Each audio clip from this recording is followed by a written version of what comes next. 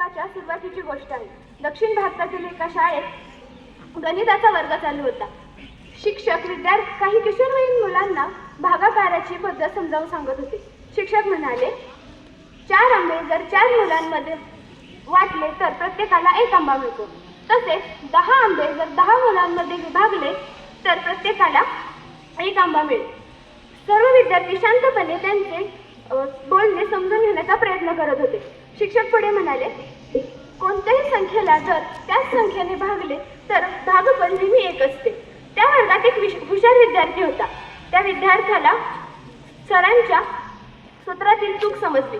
तो लगेच उभा राहिला व त्याने विचारले की सर, जर 0 आंबे 0 मुलांमध्ये विभागले तर प्रत्येकाला 1 आंबा मिळेल का? या विलक्षण प्रश्नामुळे शिक्षक आश्चर्यचकित झाले. त्यांना वाटले की या विचित्र प्रश्नामुळे अध्यापनात अडथळा येत आहे. त्यामुळे त्यांनी त्याला खडसावले आणि रागावून म्हणाले, मूर्ख प्रश्न विचारू नकोस.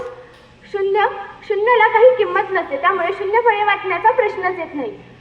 शिक्षकांची हेटाळणी ऐकूनही विद्यार्थी गंभीरपणे आणि आत्मविश्वासाने म्हणाला की त्या 0ची किंमत 0 आहे, पण त्याला किंमत नाही असे नाही. 2च्या उजव्या बाजूला जर आपण 1 0 ठेवले तर तो 20 होतो. आपण त्यात आणखी 1 0 वाढवले तर ते 200 होईल. याचा अर्थ 0ला किंमत नाही असे नाही. तुम्ही 0ला किंमत नाही असे म्हणू शकत नाही. शिक्षकांकडे उत्तर नव्हते. शिक्षक आवाज झाल्यामुळे संभाषण तेथेच थांबले.